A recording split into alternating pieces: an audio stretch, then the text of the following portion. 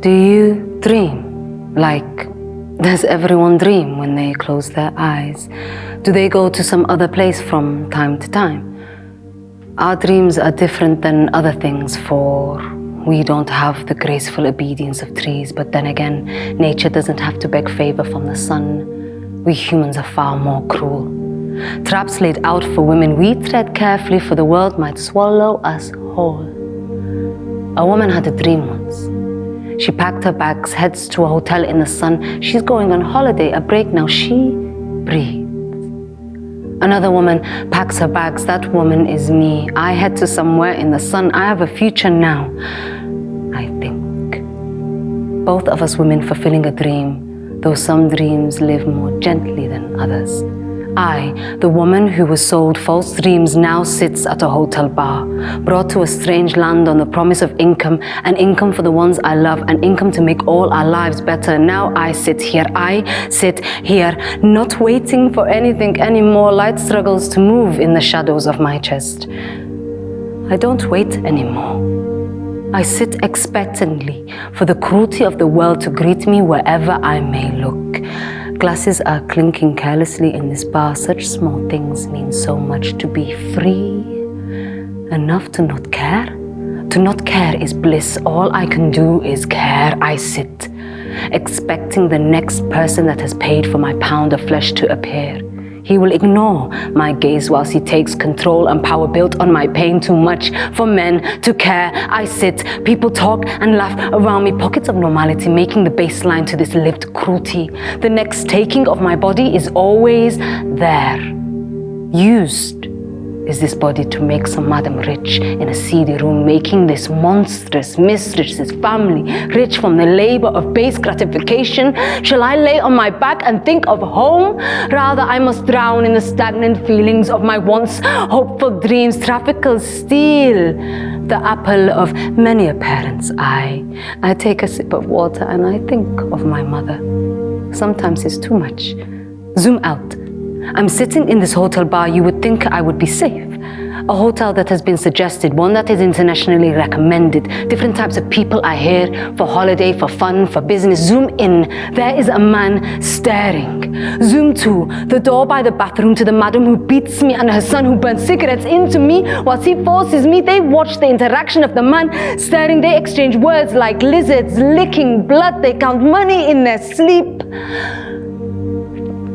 Flip and zoom to the entrance of the bouncer stand. Pay to keep the order of things. I have to laugh a little, sip water from my glass. Salvation and freedom are further from these hands than the furthest star is to the moon. The other woman who packed her bags for holiday finds herself beside me. She can't yet see the broken bits behind my eyes. She can't feel the chili powder that was used as punishment and rubbed into the private parts. Silent wails. She can't feel the concealed bruises on my thighs. She can't see that every night I find myself on my knees, counting drops of blood with each fist. I can't. She can't hear me scream out to God, out to my mother and my long dead father. Metal rods beat against my skin till there are no more teardrops. This is fate when a woman is deemed as creators of infinite nothingness. This other woman sits there. For a moment she thinks I'm free. Then she looks at me, feels the cracks of my heart. She looks for what feels like eternity. Why so sad? She finally asked. Her smile so pure, it came like water in this desert nightmare. Her lack of guile opened up the floodgates for death, did not scare me in that moment anymore. This place might seem like a luxurious paradise to you, but these walls are my prison and I sit in the mouth of hell. Can't you feel the devil's breath as he breathes on my neck? I reply, my own self is a specter to the spectacle that has become my life. An impotent spectator can't help release me without making something of a spectacular choice. Help, I think. Tell me, she says. I've never seen someone look so sad. An ocean of feeling flows between us. Feathers of angels fall around her as music blares from speakers. To be seen is a rare thing. Feathers form invisible threads around us, beginning to weave something that smells like hope. But where do I start? People dance on the dance floor, speakers vibrate, and she orders a drink. Do I start with the hunger pains that would keep me up at night? Do I tell her of a stepmother so cruel my siblings and I were the living dead? Do I start with my journey to the big city back home in my motherland in my hope to find honest work? Do I begin with meeting a stranger and her telling me I can earn to feed the ones I love? Or when I found myself with tickets booked, found myself on a plane, the passport and phone taken on arrival? You see, I was running on trust. The details I hadn't even looked. The stories of goodness had soothed me so deeply. I didn't know that films had taught me specific dreams, bluffs and buffs of truth. I have fallen from the weight of others' lies. Where do I start? I should tell her about Mariam's story, or maybe Catherine. Each one different, each one the same.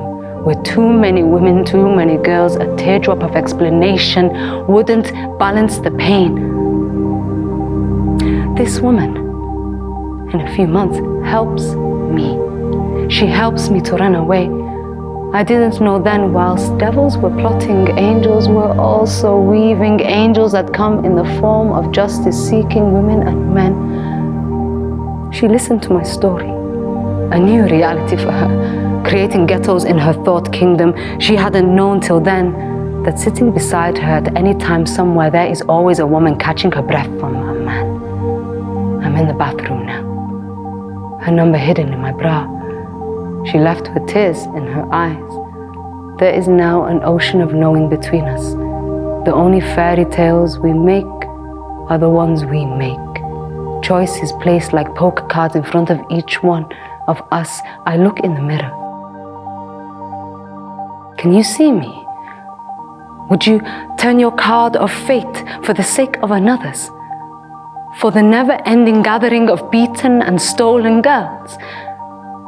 How can we release thousands of hooks of shame latched onto our backs? I found my truth to tell my story, tongue thick with embarrassment, but each step started with a word. Each word matters. What you do with our stories can save. I see my face now in a mirror. What my bleeding body has taught me, you see, is I am you, and you are me.